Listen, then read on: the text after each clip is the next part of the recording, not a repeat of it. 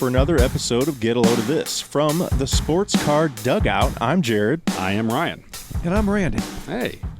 Welcome, Randy. You should be welcoming us. I guess we're in your zone here. I had this bright idea to come do another on-location episode, and nothing like getting into our childhood a little bit and go to a baseball card shop. So this is super cool, by the way. I'm just like staring around at all the shelves, and it's awesome. It really is a picture of my childhood. I mean, I know that, you know, you used to work at, well, background here. Randy is a friend of mine. I've known him for a long time. He's known of me for a while too. But since the 80s, Randy has been selling me baseball cards and taking my hard-earned money. And happily doing it. Yeah. So, but you used to work at a store called World of Baseball Cards. Yes. And that was in the 80s, and it closed in the late 80s? Well, I left there in 1990 when the original owner passed away. Okay. It continued on for a few years after, but then just closed down. And so around 1990, you opened Sports Card Dugout. Right. And you've been here ever since, in the same location. Yep. Running this business pretty much single-handedly. Every day. Every day, which is miraculous to It me. is. I mean, you're living what a lot of guys look at as like their dream. Like, if I could play with baseball cards all my life, every day, Absolutely. and open packs and go through that exciting, emotional up and down of opening a pack of cards, that's awesome. And so I look at this place like this is kind of a dream for me, and he's managed to do it. So, and that's kind of where I was going with this. We're not just going to talk about baseball cards. We can a little bit. I know you've done an episode on your other show about more about the stats on the back of the card, which I don't know how much you know about how those have varied and changed through the years. Absolutely. And when WAR was introduced on the back of a baseball card and that kind of thing.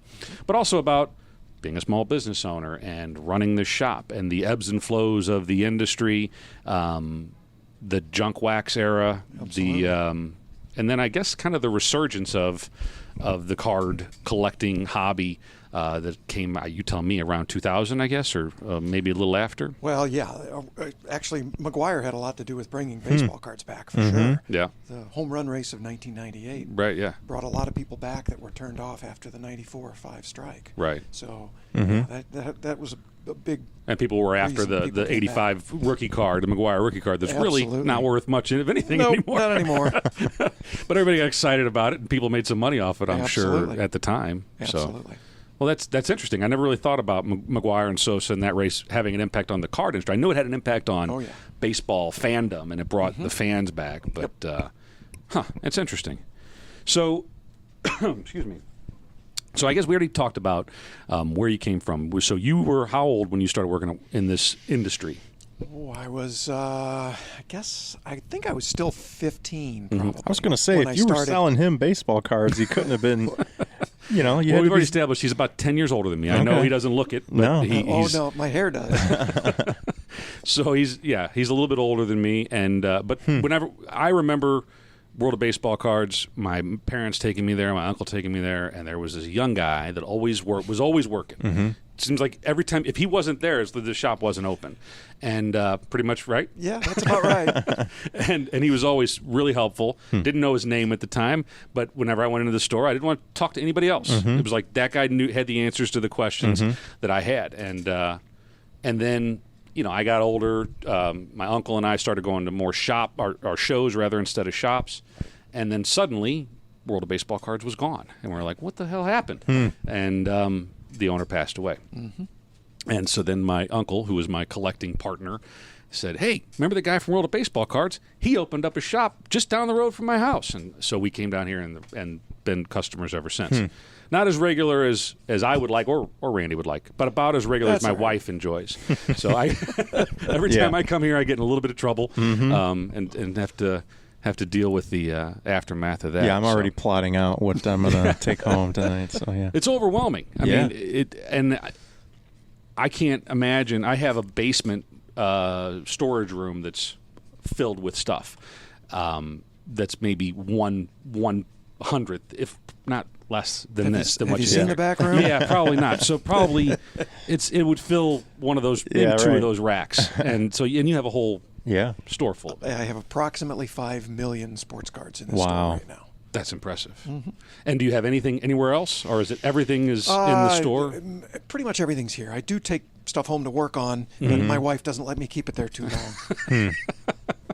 And so she's been, obviously, you got married after you had the store. Yes. And probably met her after you had the store. She saw the big bucks I was bringing in and said, I can't let this guy get away. Yeah. No, to tell the truth, she's letting me have the life that I wanted to have. That's awesome. And the career that I enjoy. And so, there's a lot of things that are negative about being a small business owner, like no health insurance, no vacation, no sick leave. So, she tolerates a lot. If you want a vacation, the store's just shut. Yeah, well, in fact, we started doing that after my mother passed away. We decided life's too short, so I close the store 1 week a year, usually during the summer, and we take a family vacation. That's good. That's great. Yeah, I mean, that's things that people don't realize, the sacrifices, I think, that small business owners make. And so that was one of my questions too. Is that what are the challenges other than that, the family balance and work-life balance and things like that? Well, yeah, there's other things like the store hours are noon to 8 during the week, so people are like, well, you got banker's hours, you don't have to start till noon. Well, it's great starting at noon, but when your family wants to sit down and eat dinner at 5 o'clock, you're at work. Yeah. So that's part of it too. So, yeah. But we always made it work. That's good. So as far as the economic challenges, like 2008, so the economic crisis, did you feel an impact of that? No question. Absolutely. No question. Yeah. But actually, I would say that the worst downturn in our industry came during the baseball strike of '94.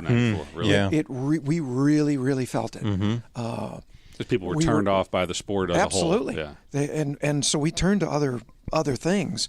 There was a bottle cap game called Pogs that became very popular about that time.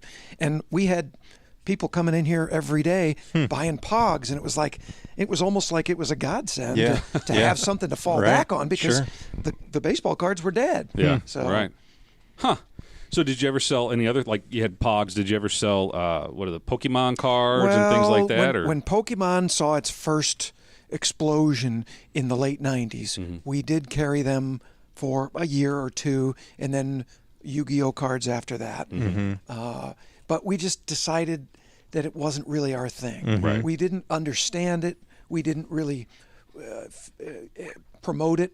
Yeah. And we just felt like, let's stick with what we know. And you got to be passionate about it. Absolutely. So, I agree. Yeah. Absolutely. There are other guys that could do that a lot better than me. Sure. And I just said, and those are comic book stores. Exactly. So, and there was one right down the street, and I just said, you know what? I don't want him messing with sports cards, so I'm not going to mess with gaming cards. That's a good point. So Ryan has talked a little bit on our podcast and behind the scenes a little about the history of, at least in our lifetime, the ebb and flow of card collecting and what some of the reasons for that were with the manufacturing and all that stuff. Can you kind of get into maybe in our lives, like what was the cause of that and when was the peak and was there a lull and all that? So, I mean, Start 1975. Well, exactly. And, that's about I started collecting about 1974 myself. So 74, 5, 6, and 7 was a big year for me. But when you're a kid, you're not thinking about the value or the potential future value of a baseball card. You want to get your heroes on cardboard. So, that's the way baseball card collecting was for 100 years. Really, it was all about following your heroes. At some point in the mid '80s, it sort of transitioned more to a business, right? And that's when the manufacturers just really started cranking out the product.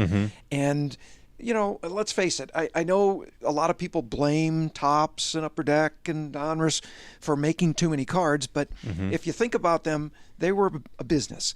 And they were in the business to sell baseball cards. Yep. And Pepsi is in the business to sell soda. And the last thing they want is an empty shelf. Right. So it's not their fault that your cards aren't worth anything anymore because they made too many of them. Yeah. You made bad choices. You bought the wrong stuff.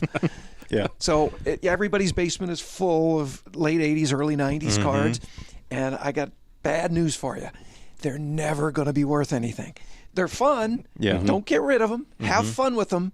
Introduce maybe some new collectors, but they're just never going to be worth anything. Yeah. Right? Do you find that even the most pristine, taken care of, I mean, it just still doesn't matter? It really doesn't matter. Yeah. I mean, too many people are doing that. No, they'll never reveal the true numbers. Yeah. But just to illustrate it for you, I can sell you right now 300 sets of 1987 Topps baseball cards. For you want $3 a set, Wow. but a 2011 Topps Update set, which has Mike Trout rookie card in it, I have none of those. I wish I had 300 of those. Let me tell you. So, And what are those going for? about $500 a piece. But the individual Mike Trout card is Yes, is that's most the card. Of it. No, yeah. that's it. Yeah, the Mike Trout card is $500. Right. Wow. And the rest set's of the- $500. It doesn't matter what's in the rest of the set. Right. Right. Wow. Do you know, I mean, you kind of got into it, but like roughly how many cards a year were being made by Topps in the 80s versus now? Did they scale it back? Oh, no question. So what happened was they realized that when they lost all those collectors during the baseball strike, they had to figure out a way. So they had a smaller pool of collectors. So they had to figure out how to keep selling a lot of cards. So they diversified their product line. So in 1987, they made one set. But by 2007, they had 15 or 20 different sets they'd release in a calendar year. Yeah. So they were still making a lot of cards, but there weren't as many of each one. Right. Hence, they hold their value better. Yep. So even if in a set you are in a pack of cards, you could open up the standard card number 148, which is whoever, and then there's also a red version and a gold version and a green version. They introduced parallels and inserts, the chrome and all that inserts stuff, and all these things. And then, of course, later on, they introduced autographed cards, actual autographs from players, and jersey cards where they'd cut up a jersey and place swatches into cards. So they were always trying to innovate and come up with new ways to entice you to buy their product. Do you think that with the jersey cards, because that's what brought me kind of back into the fold, was the art of putting a piece of a bat or a jersey into a card, which I thought was amazing. It was cool, and so I bought a bunch from you of boxes of cards and hoping to find these gems.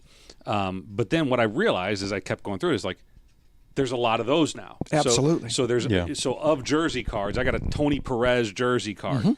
Well, how many times did they cut this jersey up, right? Exactly. Or how many other jerseys of Tony Perez's did they cut up? Correct. And, it's all about scarcity. It's all about supply and demand. So whenever I would go and look on eBay for a completed auction on this card, really wasn't worth much. Even though it was really cool to pull it out of a pack. Sure.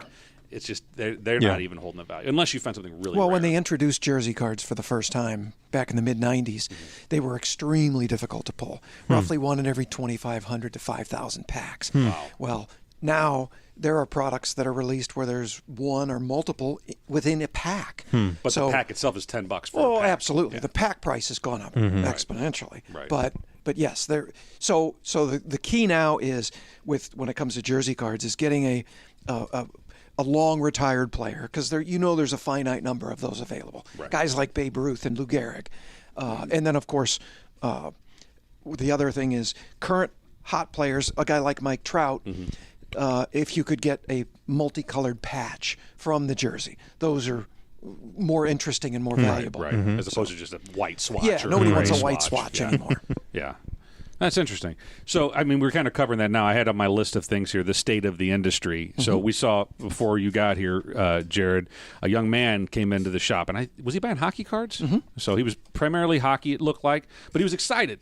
And he was, about 8, 9 years old, something like that? So about the age that I started. But I thought it was cool as hell to watch this little kid run around here excited. And just it was like watching a glimpse of history, right? Yeah, I know, I talk with my hands, it's hard to do this. But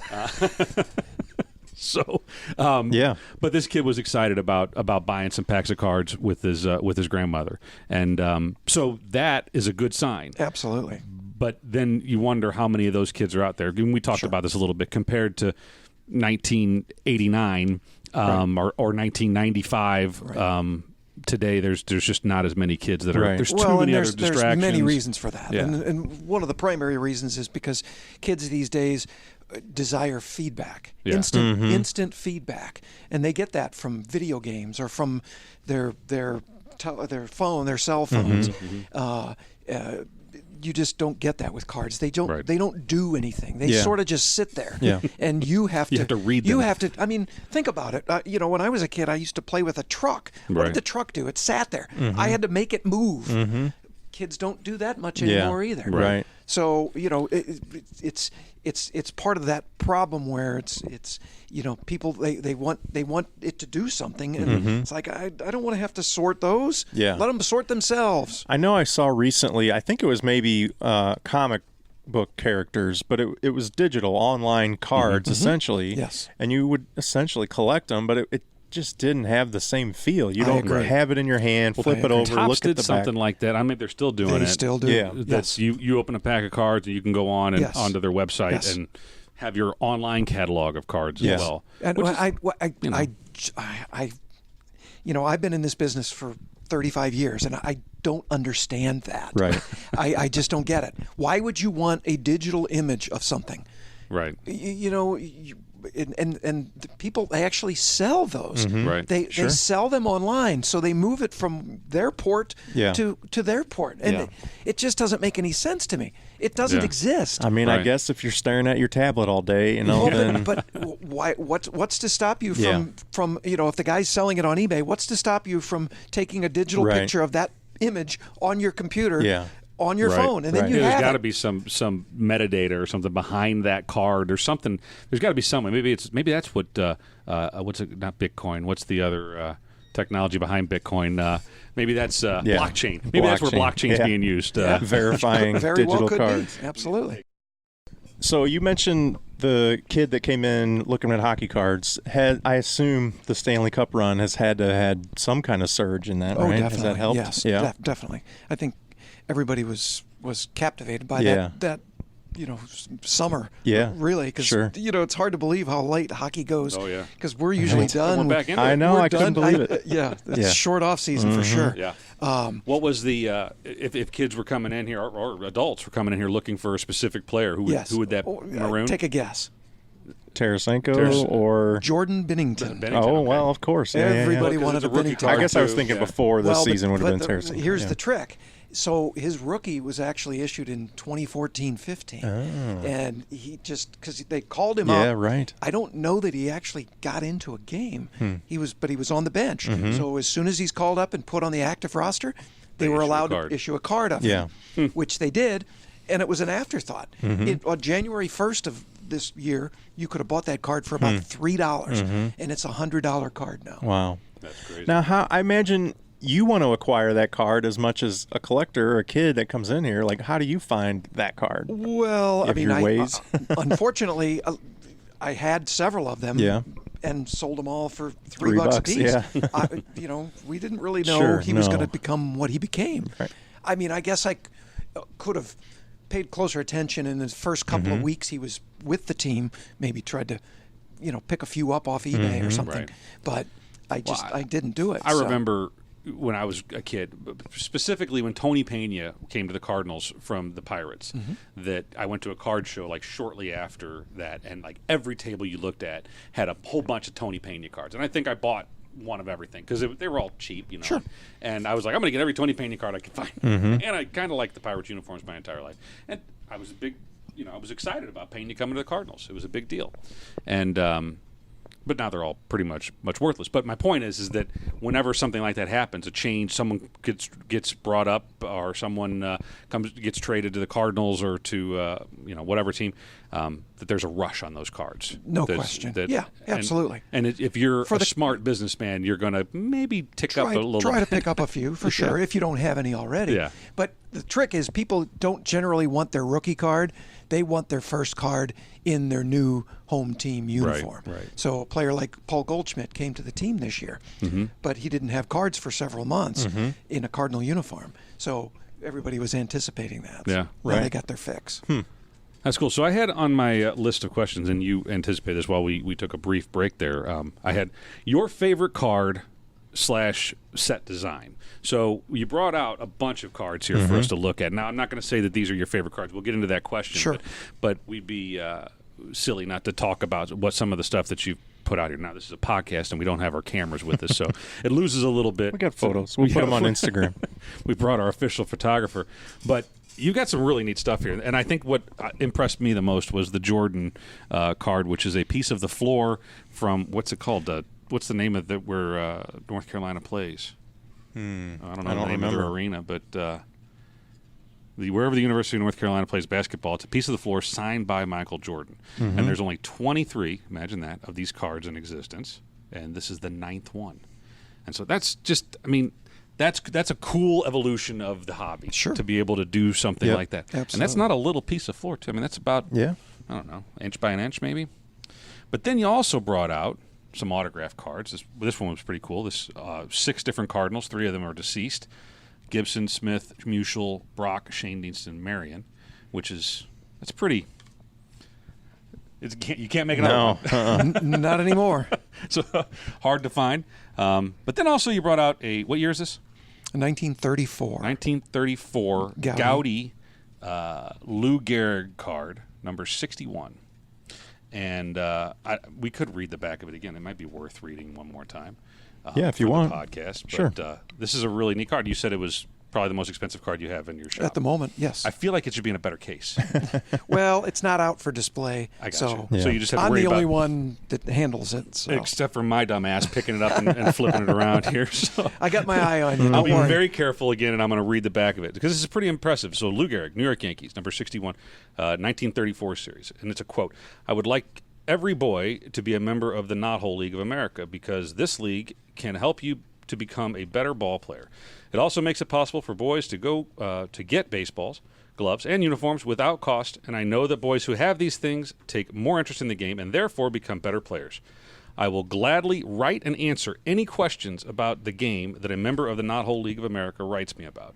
Send your letters to me, care of Knothole League of America, 52 Everett Street, Allston, Massachusetts. Signed, Lou Gehrig. So that's crazy. Unbelievable. Yeah. The difference in players today and then and Lou Gehrig, what did he do in the offseason? He probably was a farmer or something like that. Yeah, he I'm not didn't. sure they what weren't he making did. a killing. No, a lot of them had playing off-season baseball. jobs for sure. And the fact that he would offer his time to youngsters to teach them about the game is something. I mean, I know there are players today that do things like that. Oh, sure. that There's devote guys, their they time. go to hospitals all the time. Yeah. There's, Well, the Roberto Clemente Award is part of that, right? Didn't Yachty won it last year, and then who just got nominated for it this year? I forget. It's going to bug me, but the Cardinal nomination, every team nominates a player, and I think they said that there's a pretty good chance that it would be back to back for the Cardinals. I can't remember who they nominated though. It's killing me. It might have been Waino. I was going to say, was it Wainwright? I thought it might have been. So. But that's kind of the idea behind that award is that those who give back to the community and that just set a good. Obviously, he was killed flying emergency supplies to it's a pretty good example, right? So part of what I think is intriguing about what you set out here is that you get the bat chips or the game-worn jersey pieces, but it's of players that you wouldn't think you could do that for. Babe Ruth and Lou Gehrig and, it doesn't occur to everybody that you can get those pieces and they're going to turn them into a collectible item. It's pretty cool. Right. You think of it as a modern thing, but depending on the size of the swatch that they provide, they usually get around 12 to 1,500 pieces of material out of a jersey. But when you think about a guy like Babe Ruth, he can't have that many jerseys out there. So certainly there's a limited number of especially those available. jerseys that someone wants to cut up. Well, that's exactly. Can you imagine being the guy that puts the scissors to the Babe Ruth jersey for the first time? Man. I mean, I'd have to. I'm sure they've done the math on. Here's the value of this jersey as a whole item, and here's how much money we can make off of it. And there's some equation there, and I guess it makes sense. But it seems like an awful shame in some cases where some of these bat cards where you have a Lou Gehrig bat, and it's like Lou Gehrig only has so many bats floating around, and it's impossible to replace them, and it's crazy that they would just put them in a wood chipper and sell them tiny piece by toothpick. I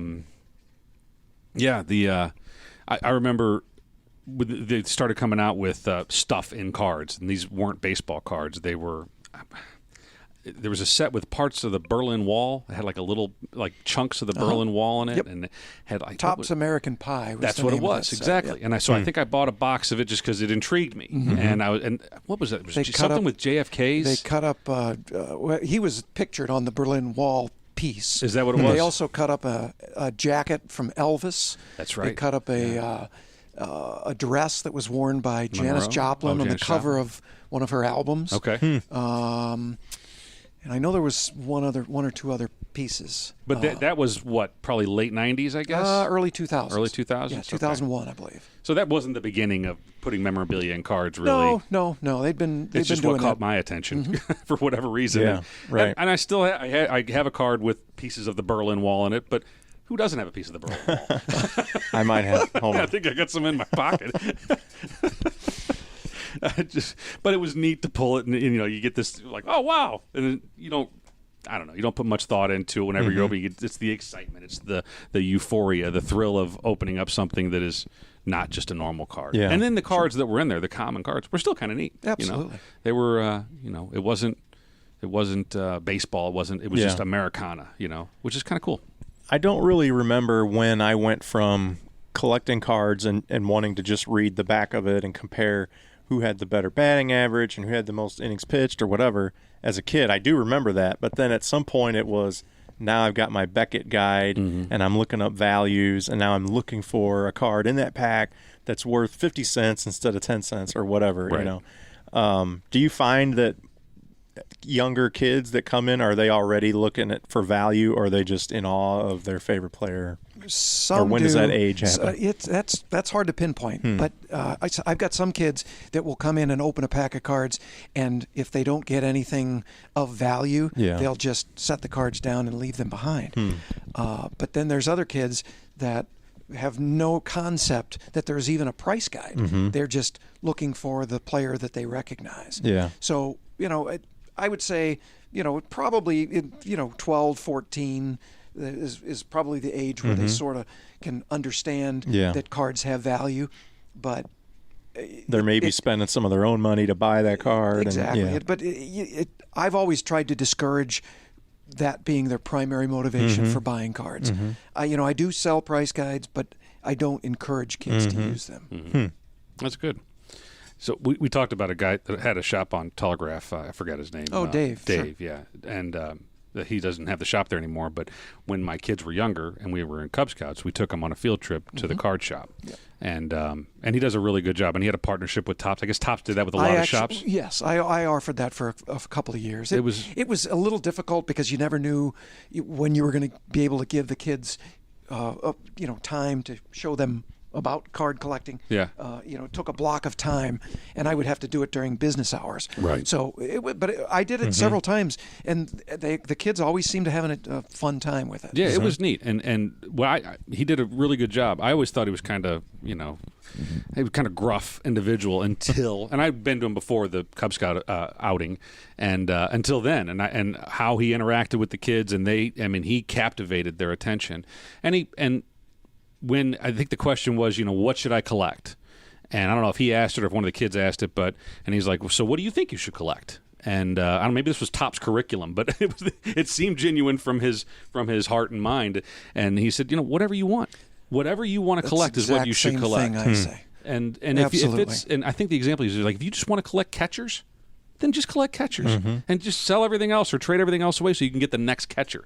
Or if you want to collect cards with guys that wear glasses, but do that. Or if you just want Cardinals, or if you want Kansas City Royals, whatever it is, go do that. And I was like, boy, that's really good advice, and that's, I think, the way that kids should approach it. And it's a shame that the way that things changed, it's kind of screwed up the hobby a little bit. But to get kids back to that basic, just do what you like, open a pack of cards, keep what you like, trade with your friends. I don't think anybody's trading. Maybe it's starting to get back to that, but maybe brothers. Yeah, there's a little bit of trading that goes on, but not like it was. No, definitely not. Do they still have gum in packs anymore? No? No. When did they quit doing that? Oh, well, I guess officially they early 90s they dropped the gum from the packs. They tried They brought it back a few for a others. second, didn't they? They tried like Topps Heritage The first few years of that, they included a stick of gum, but they were careful wrapped. to wrap it in a piece of plastic, both for the safety of the person chewing the gum and the to card. keep from damaging the cards. Yeah. But then they did away with that as well. I guess they decided it was just not worth it. Right. Man, Nobody that, really cares. that was half the reason I bought a pack of Well, cards, to get that gum. you know, Chew it on the way home. Believe it or not, the cards were not the product. Right, yeah. It was the gum that was the Right. product Right. originally. Yeah. And cards were just a way to get you tobacco to buy before that that, right? gum. Or even further back, tobacco. Yeah. The gum, it was gum. I mean, I chewed it or whatever, but it was never that good. Well, you it know. lasted. It was always hard. Yeah, It lost sure. its flavor in about 15 It seconds. didn't matter. That was the smell of a pack of cards with gum. Yes. That smell is you smelled it right now. It's in your brain. Yes. It's distinctive, and they should bottle that shit and make it. Febreze should. You should be able to spray it in the store. Tops People are gonna be like, 89. it smells like 87 tops in here. It's 86. Get your vintage correct. Right. That's funny. So you showed us the Garrett card, and you said that's on hand. That's your most valuable card. What is the most? Is that you've ever owned, or have you owned others that were more valuable? I'm sure I have. Yeah. Nothing comes to mind at the moment. I've never had, the 52 tops mantle or Right. any of that stuff. So, What's your favorite card? oh boy, I'm not sure I have a favorite card. I have a Favorite set? Favorite set, probably 1965 tops. Okay. Which one's that? I see. So it's going to be the one with the pennant flag style design. Okay. Okay. Yeah, that's a good That look. just to me, it's classic baseball. I Yeah. mean, that's See, mine's 59 tops, which is the circle. Really? Yeah. And it's because I have, I got it out. Remember at card shows they would have a grab bag? Like you could reach in and into a box and you pull out a brown paper bag and you didn't know what was in it. Usually junk. Well, one time I pulled out of the grab bag a 59 Mutual. Now, the corners were rounded and had pinholes in it because someone had it stuck to the bulletin board. I still have that card. It's my favorite card. Yep. And that's why 59 tops is my favorite set, is because that is a little glimpse into my childhood. I pulled this card out, pure chance. I think George gave me $1 and said, sure, go waste $1 on the grab bag. And I pulled out card number 150 from 1959 tops. And so it's, I don't know, it's cool. And then the later ones, I do like 85 tops. I know they're not worth anything, but 85 had a good design, I think. agree. Yep. 87 was good, too, with the wood grain. And that's a copy off of what year in the 60s. well, it's sort of reminiscent of the 62 set. Yeah, so it's cool. I think it's neat that everybody has their own favorites. And, 70 tops is good too, and it kind of looks like a more modern era one too, doesn't it? Wasn't there The a 1970 is the sort of the gray border. Yeah, wasn't there a later set? Maybe it was Fleer that I'm thinking of that had a gray border. Yeah, 83 Fleer had a gray border. So it's amazing the aesthetics of baseball cards. It is. Well, and it just depends on when you started collecting, what was out at that time. And, Absolutely. it's not necessarily that, you're saying you love this older design, but to me and people I knew, it was just, when did you start collecting? Right, That's your favorite one, kind of. But 83 was good too. 83 is a real good design. Yeah, it has the inset picture. It's sort of like 63. Yeah. Yeah, interesting. What are You some did of it on purpose. the brands? What are the top brands now? And did some of them go away? Like, I think, is Fleer no longer around? Well, there's been a lot of consolidation and bankruptcies. Yeah. And for whatever reason, the leagues have decided that it's more beneficial for them to award only one license. So as of right now, the only baseball license is awarded to Topps. So even though Panini, under the Donruss name, produces baseball cards, they can't put team logos or team names on the cards. So it's reminiscent of the 80s cereal cards that you used to pull out, and they'd have the airbrushed hats and things. So it's a little off-putting. Wow. But all the leagues are that way. So Upper Deck, who used to make every sport, now only makes NHL cards. And Panini is the exclusive licensee for the NBA and the NFL. Interesting. So Topps doesn't make NFL cards? Nope. Not since 2015. Wow. And that's just because those companies paid for that exclusivity, I guess. Nobody really. I don't know. I don't know if it was the league or if if the companies ponied up enough money to the leagues to get an exclusive. I'm not quite sure. Wow. Yeah, I mean, it's hard to even imagine. I guess I'm just so used to thinking of at least 3 or 4 different brands every year and wanting to collect each. Yeah, I didn't know that. That's and I honestly think that the collector sort of suffers a little bit because it sort of takes away their desire or their need to be creative and deliver value to the customer because they know that if you want to collect cards, you have to buy their product. Right. Interesting. That's kind of a shame. I mean, it makes sense. I mean, it makes good business sense, I guess, and that's the problem. I guess. Well, I know that some of the companies were probably lax in their payments, and rumor has it that Upper Deck was maybe behind, shall we say, but they put out a baseball product anyway, and Major League Baseball frowned upon that. So. And Score is gone. Score is currently, the name is currently owned by Panini. Okay. So they still make a Score football product every year. Okay. They don't make a Score NBA product, but they do make a sort of a special set in baseball as well. So the name is still out there. I noticed in the price guide that you sold me, the Score's not even listed in there. Well. Because it's that worthless? Well, that's part of the reason. They I guess they have space constraints. They can only fit so many sets in the monthly price guide. Right. So they decide we're going to drop out the stuff that's least popular, or least valuable, and that's what they've done. Yeah. But I looked at another price guide you have here, which is the vintage Beckett, and what I purchased is just a standard Beckett baseball monthly. I've got this thing home, and boy, I never felt this old so quickly. I opened up, I was like, I'm going to need a magnifying glass.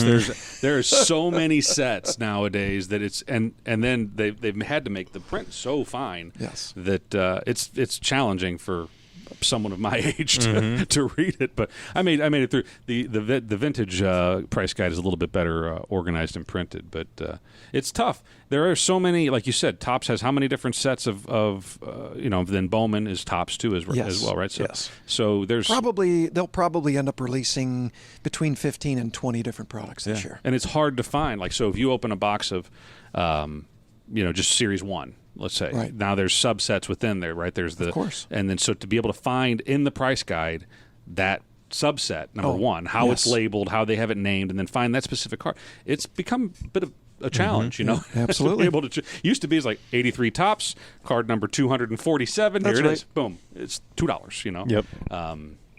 So yeah, it's definitely a change. Do you is most of your business local, or do you get people contacting you from outside of the area saying, "Hey, do you have this card?" I do get. I have business card ads in the Beckett Price guides, which go all over the country. So I do occasionally get a call from somebody in another part of the country. I had a guy a couple of days ago asking if I had any Tom Brady rookie cards, and I could tell by his accent that he was calling from the Boston area. Right. So yes, it does happen. Got to watch the caller ID, make sure you charge accordingly. He was looking for a Tom Brady. But most of my business takes place here in the store. Yeah. I've always been a face-to-face kind of guy. I do a little bit of internet business. Well, that's a perfect segue. One of my questions I had written down was, well, how has the internet changed? I mean, you do some stuff on eBay. Little bit. The internet has changed the industry massively. It's changed the way people look at the value of cards, because it used to take time for there to be a change in the value of a card. Now it's almost instantaneous.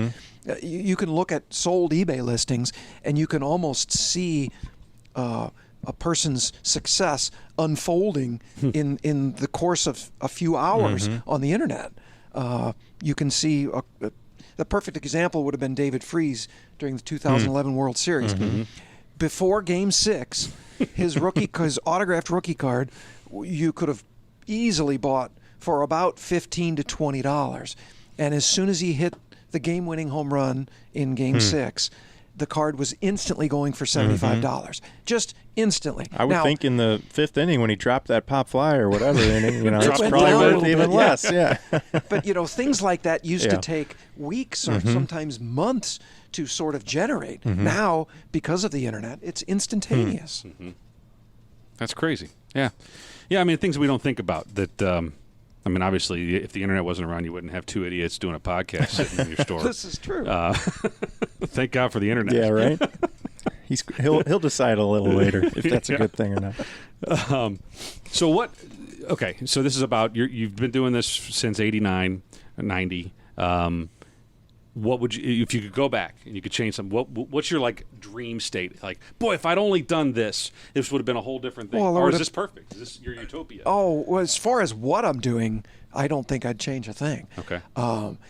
But if I could go back in time and make some better purchases, I would have done that for sure. Right.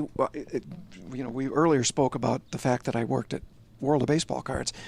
And I clearly remember, because I put them there, we were selling boxes of 86, 87 Fleer basketball for $15 a box, and nobody was buying them. Nobody collected basketball in 86. Right. Basketball, what's this? Those boxes today are worth over $10,000. Wow. Jeez. So, what the hell's in it? Michael Jordan's rookie Is it card. Jordan's rookie? Was that Absolutely. late? I would have thought it'd been early. Well, No. you got to remember, there were no basketball cards. There were no NBA cards made after 81, like 82. 84, 85 is Right. whenever he came Exactly. into the league. Okay. So Fleer was the Star Company made some sets in like 84, 85, 85, 86, but Yeah. it was a small company and they never really caught on. Right. So Fleer was a recognized company. Yeah. So now that those are considered, and it's not just Jordan. Jordan is obviously the key one, but you had Barkley in there as well, and a couple of others. So yeah, it's exciting to think of what you could have bought if you'd have just had the foresight to understand what was going to happen to the industry. And reading the tea leaves. And collecting with my uncle. He was all about baseball, and to talk him into another sport was was difficult. And finally he decided, he's like, all right, we can buy some basketball cards. And this is probably after that. We can buy some basketball cards, but we're just going to see what they're like and see if we like them or whatever. So we bought a couple boxes of basketball cards, and it was very fleeting. And that was Skybox, I think, was one of the brands, and they're worthless, right? So that was the junk wax era for sure. So it was fleeting. I don't think we got anything. David Robinson was a big name. I don't know if that was a Skybox or if it was another set. Could have been Hoops or Skybox. Hoops, yeah. I have some Hoops too. Yeah. Sure. But then we got out of it and went back to baseball. And I begged him. I was like, how about hockey? Let's try hockey. And for Christmas one year, he bought me a set of whatever year it was of Topps hockey. Still got the cellophane on it in my basement. Never opened. I don't know if it's worth anything or not. I have no idea what year it is even. Well, if it was a factory set, more than likely it's not worth much. Right. Because, again, that was during the junk wax era. Yeah. Right. And everything was just, was garbage. So, but it's still... It's a memory, and that's why my wife doesn't quite understand why I still have this stuff. And it's like, I don't care that it's worthless. It's a memory, and maybe someday, my kids will go through it and throw it away, or maybe someday they'll go through it and be like, this is kind of cool. You know what? I'm going to build a wall of this stuff. I'm going to, who knows what we can do with it. So so his wife is very crafty, and she makes a lot of cute things out of magazines and other random crap, and but she does really neat stuff. And I said to her, was last week, I was like, figure out what we can do with baseball cards. Yes. There's got to be something that we can do. There are people that do artwork and things like that where they use, a bunch of the same card and they'll create like something. a mosaic thing. Yeah. So there are other uses for it. But, I still say if you find the box of cards in your basement from the late 80s, don't throw it away. Give it to a kid. Let them introduce them to the hobby. Yep. Maybe it'll catch on. There's a guy down the street from me that is, I'm sure he's got a basement similar to mine filled with similar crap, except for I think I've opened everything. I don't have any unopened packs anymore. About 4 or 5 years ago, I was like, screw it. I'm opening everything. And so why not? Yeah. And I knew it was worthless. But he still has unopened packs, a lot of Score, not a lot of Topps. And I still think on Halloween he throws a couple of packs in every kid's bag. It's a great idea. And that's great. And so he gives them a piece of candy and a couple packs of baseball cards. And the kids are ecstatic about it. They're like, oh, I got baseball cards. Oh, my God. They don't care. They think it's neat. And it probably makes the dad happy, too, when they go like, what do you get? I remember that guy. That's kind of cool. Are those unopened packs desirable or Just because of the whole what if you might have something, or They can be if the potential for value is right, there. if it's a certain The problem year, is, yeah. the problem is most of the time when you see on open packs, it's the true junk wax. 87 tops. The most valuable card you can get out of there is the Barry Bonds rookie card. Well, you could probably buy a 100-card lot of those for about 50 cents to $1 a piece. So in all reality, there's really no value there. But you could open a pack of 2011 Topps Update. If you had a box of those sitting in your basement, you probably want to sell them as a box. Right. Yeah. But if you were to open it up, you could pull a Mike Trout card that's worth $500. So That's cool. Interesting. So I already asked you what you change. This is a question that my friend that I work with will get a kick out of this because we ask this to customers a lot. But what keeps you up at night? Like running this business? What do you like? What are you worried about? Oh boy, probably the only thing that I regret or that I think about afterwards would be not being able to buy a collection. There's been a few instances over the 29 almost years that I've been here that somebody would bring a collection of vintage cards in, and you do your best to make them a fair offer, and for whatever reason they don't want to sell. And sometimes I'll find myself laying in bed running over in my mind what was in that collection and how much I would have liked to have had that collection. Right. So or how much you maybe could have made off of that collection, well, turning it around. But there's a fine line between buying something just to own it and buying something to make money on it. There are instances where I've offered more than I normally would, percentage-wise, because I wanted it so bad, and I still didn't get it. Yeah, so at that point, you have to just say, well, there's a reason I didn't get this collection. Right. Have you had a card that you didn't want to sell, but you just felt like you had to because somebody, it was worth enough that you're like, it's time to sell this, but it was your, one you liked? Not really. Yeah. Usually, if I don't want to sell something, I don't offer it for sale. There are certain things that I just won't sell. But if I show it to somebody, for instance, the Lou Gehrig card we talked about earlier, I've showed that to several people, and several have expressed interest in buying it. And I've told them before I show them this, it's not for sale. So don't get any ideas. Yeah, right. So I've never had a problem parting with cards that I showed with the intention of selling it. I figure this is. People say, are all these cards yours in this showcase? Well, they are now. Yeah. But my inventory changes and my collection changes. So. Do you? But obviously, you have the Gehrig card being a part of it. You have your. These are my cards. This is my real collection. Sure. This is your inventory. What's out here is inventory. What's there is your collection. Sure. And how big is your collection? Not as big as you might think. Yeah. About 5 years ago, I casually started assembling a run of top sets from the 60s.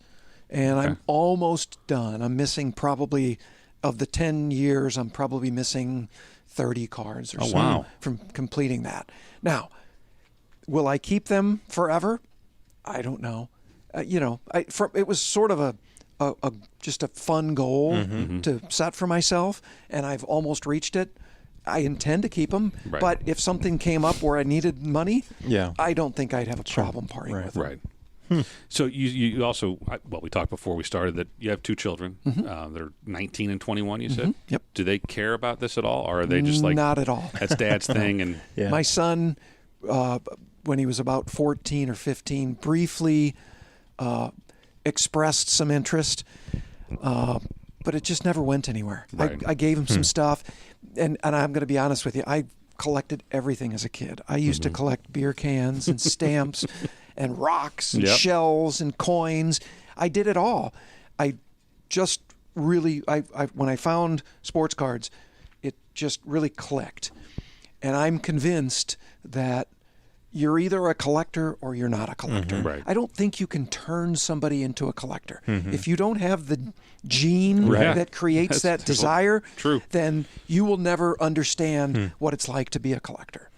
Well, and then there's I think there's two different kinds of collectors too. There's the organized collector. Oh, no question. And then there's the person who's like, I like that. That's neat. And they put it into their and those are hoarders or whatever. Yes. Like my sons. So I have 3 boys, and I've tried my damnedest to get them into card collecting, and they all have their little collections that I've allowed them.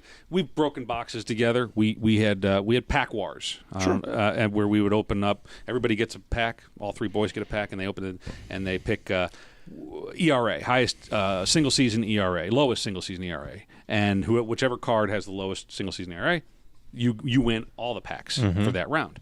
So, and my youngest, Oliver, would generally win every round of Pack Wars. But they were fun, and the kids loved it, and so that's how they got their collection. Now, if we pulled something really cool, I'd be like, hey, let Dad hold on to that one, okay? And I pulled it out of the set. But they all have their little boxes of cards.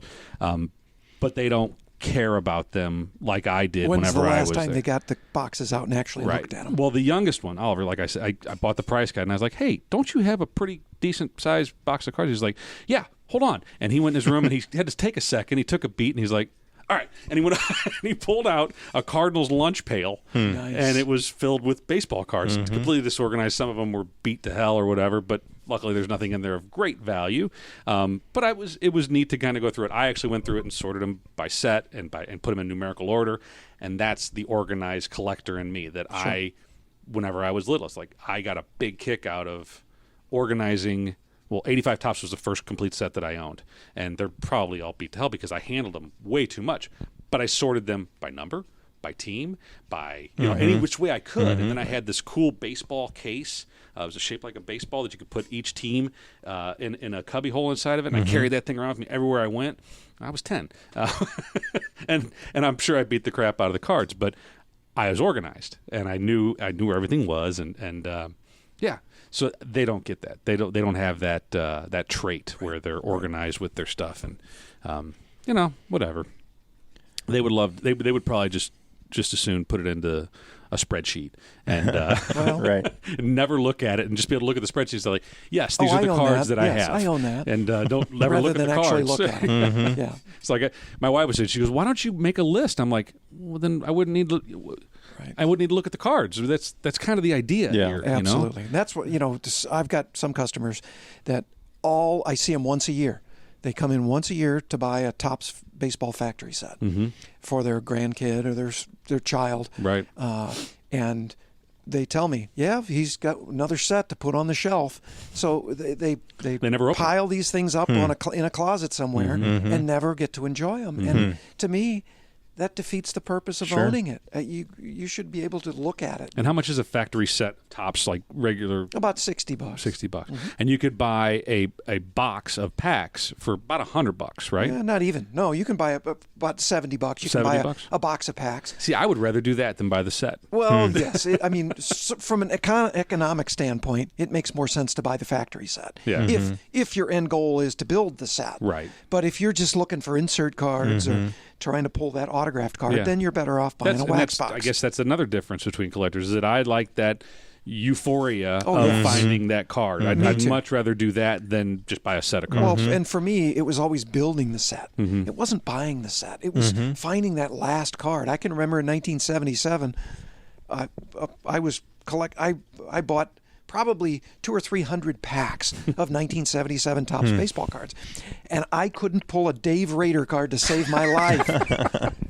Well, it turned out one of my best friends, unbeknownst to me, was collecting the 77 set as well. So we got together one day, and he had like 3 of them. And I was like, oh my God, I didn't think this card existed. So what did I do? I traded him a Reggie Jackson card or something for it. Right. And I had a complete set. Do you have a 77 Dave Rader card here in this? I do somewhere, yes. I'll have to find it, but yes. I would think that would be one you'd have on display just to maybe be like, why the hell is that out there? Like, well, and tell them that story.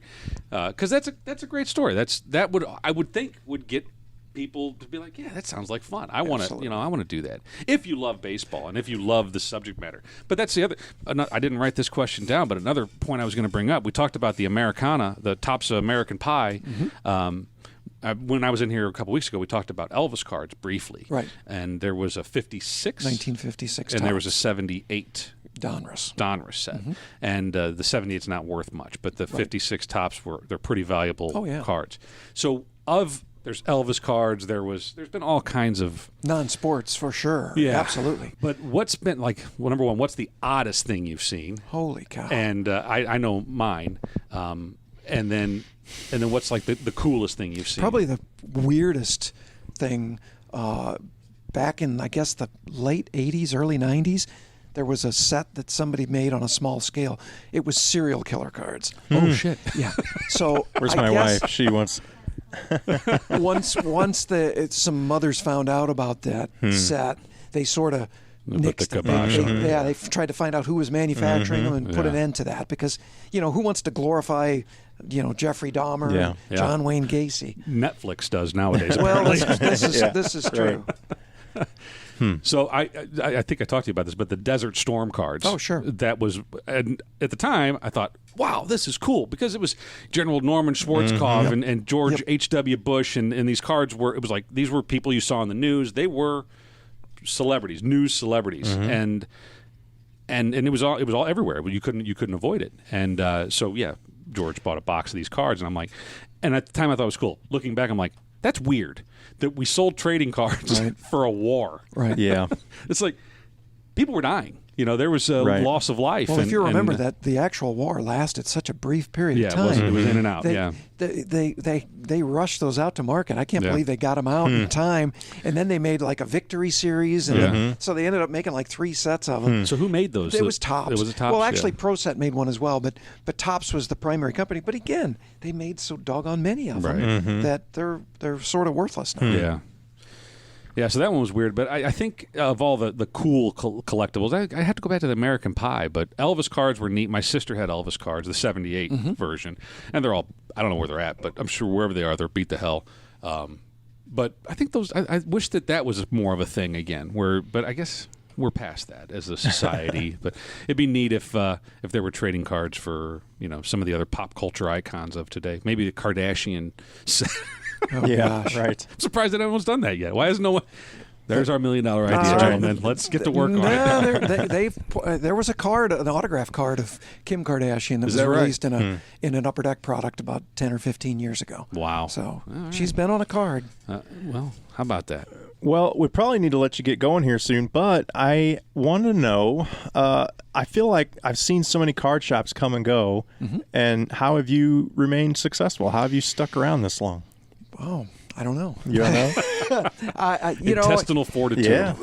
I have a very supportive wife, for one thing, so it allowed me to sort of make it through the lean times. But again, I've been doing this since before the boom, so I sort of understood what it took, so to speak, early on. So a lot of guys jumped in because it was an easy, quick buck, and once that quick buck went away, then they were gone. But it's that, and a lot of hard work, a lot of sorting. Yeah. Paper cuts, a few paper cuts here and there. We talked about when I was in here visiting with you a couple weeks ago that how many shops used to be within a couple miles of this shop. Absolutely, there was about a dozen of them. Absolutely, within it's obviously they've been gone a long time, but at any given time within a 3 or 4 year period of when I first opened up, there were easily 10 stores within 1 mile of my store. Wow. So, I'm the last man standing. Lone survivor. Right? Yeah. Hey, congratulations. Thank you. I'm damn glad you are, because I don't know where else I'd go. I mean, they're we talked about 1 million baseball cards, those guys, and they're fine guys. It's similar. Their shop's a little bit messier, I think, a little bit disorganized, dark. It's definitely dark in there. They need to get some lights, but it's nice to see that places like that are still around. And I'm sure you probably relish the competition a little bit, as long as they stay out of your world and you stay out of their world. Absolutely. But it's nice to see that these places still exist, and that hopefully kids are still going and picking up a pack here and there. So. Yep. Cool. For sure. Well, we appreciate you letting us come in and Absolutely. chat with Thanks you. so much. It was fun. All kinds of nostalgia. It's just racing through my head right now. It's crazy. For anybody out there that's in the St. Louis metropolitan area, it's Sports Card Dugout. and it's on Watson Road, 8041 Watson Road, next to a Papa John's. There you go. Strip mall. Come and get some pizza and some cards. Order your pizza, come over. That's what the young man did that was in here earlier. His grandmother ordered a pizza, and while they were waiting for their pizza, they came over here and let the boy spend some money. So, but yeah, stop in and say hi to Randy and buy a pack of cards or ask him what to do with the mountain of junk wax in your basement. Just don't bring me any 80s and 90s cards to try to sell me. Well, I don't need any more. I asked him, what do I do with this? Do you want it? And he goes, nope. I'm willing to give this to you. Yeah. Don't want it. Don't want to have to sort through it. So I don't blame you. Yeah. But no, we do appreciate it, Randy. Yeah, absolutely. And thanks for your hospitality. Anytime. You could also, if you want to send a question to us, podcast related or baseball card related. We'll see if we can get it answered for you. Loadthispodcast@gmail.com, or you can drop us a line on social media at loadthispodcast on Instagram, Twitter, and Facebook. Or you could comment on YouTube. Get a load of this podcast on YouTube. Did I do that right? I think so. I feel out of my element. I don't have headphones on. I can't hear myself talking. Yeah. I feel a little bit weird doing all this time. Well, I'm sure we'll get some nice photos from our lovely photographer. Yeah, up on our Instagram page right now. I don't like the videos. Yeah, I know. This is my bad side too. Come on, right. It's all a bad side. Thanks. But, what the hell, man? But thanks again. It's harsh. So until next time, I'm Jared. I'm Ryan. And get a load of this.